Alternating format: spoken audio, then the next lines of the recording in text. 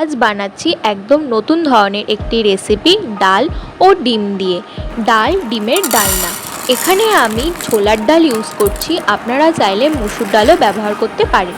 তবে যে ডালই ইউজ করবেন না কেন সেটাকে আগের দিন রাতে ভালো করে ভিজিয়ে রেখে দেবেন, যাতে পরের দিন যখন পেস্টটা তৈরি করব সেটা খুব সুন্দর তৈরি হয়। মিক্সিতে মিহি করে একটা পেস্ট বানিয়ে রেখে দেবো।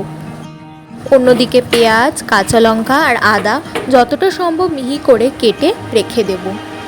অন্যদিকে রান্নার জন্য একটি মশলা তৈরি করে নেব। মশলার জন্য আমি ব্যবহার করেছি টমেটো, পেঁয়াজ, কাঁচা লঙ্কা আর আদা কুচি। ঝালটা আপনারা আপনাদের স্বাদ অনুযায়ী ব্যবহার করবেন।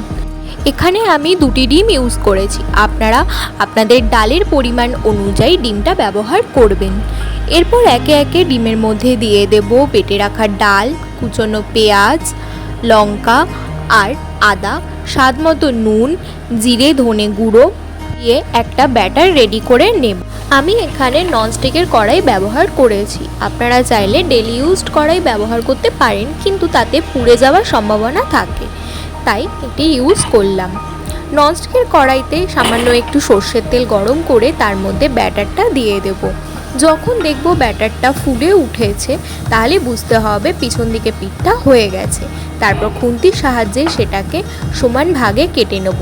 আমি এটাকে 8টা স্লাইসে কেটেছি, আপনারা আপনাদের সুবিধা মতো সেটাকে কেটে নিতে পারেন। অমলেটগুলোকে এপিট ওপিট করে ভালো করে ভেজে তুলে নেব। ওই একই কড়াইতে সর্ষের তেল গরম করে গোটা জিরে, তেজপাতা আর শুকনো লঙ্কা ফোড়ন দিয়ে বেটে রাখা মশলা, জিরে ধনে গুঁড়ো, স্বাদ মতো নুন, হলুদ গুঁড়ো দিয়ে ভালো করে মশলাটা কষিয়ে নেব।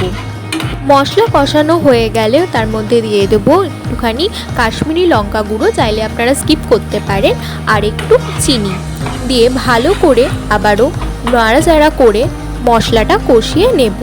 মশলা কষানো হয়ে গেলে তাতে দিয়ে দেবো অল্প একটু জলটা দিয়ে কিছুক্ষণের জন্য ওটাকে মিডিয়াম রেখে দেব।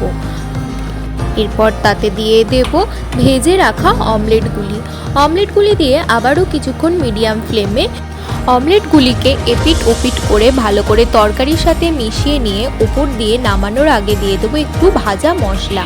এই ভাজা মশলাটা আমি বাড়িতেই তৈরি করেছিলাম, আপনারা চাইলে ভাজা মশলার বদলে গরম মশলা গুঁড়ো ইউজ করতে পারেন। ব্যাস, তাহলেই তৈরি হয়ে যাবে একদম অন্য ধরনের একটি রেসিপি ডাল ডিমের ডালনা, যা গরম গরম ভাত দিয়ে খেতে খুব ভালো লাগে। আপনারা চাইলে এই রেসিপিটা বাড়িতে একবার ট্রাই করে দেখতে পারেন। খুব সহজেই একদম অন্য ধরনের একটি ডিমের আর ডালের রেসিপি তৈরি হয়ে যাবে।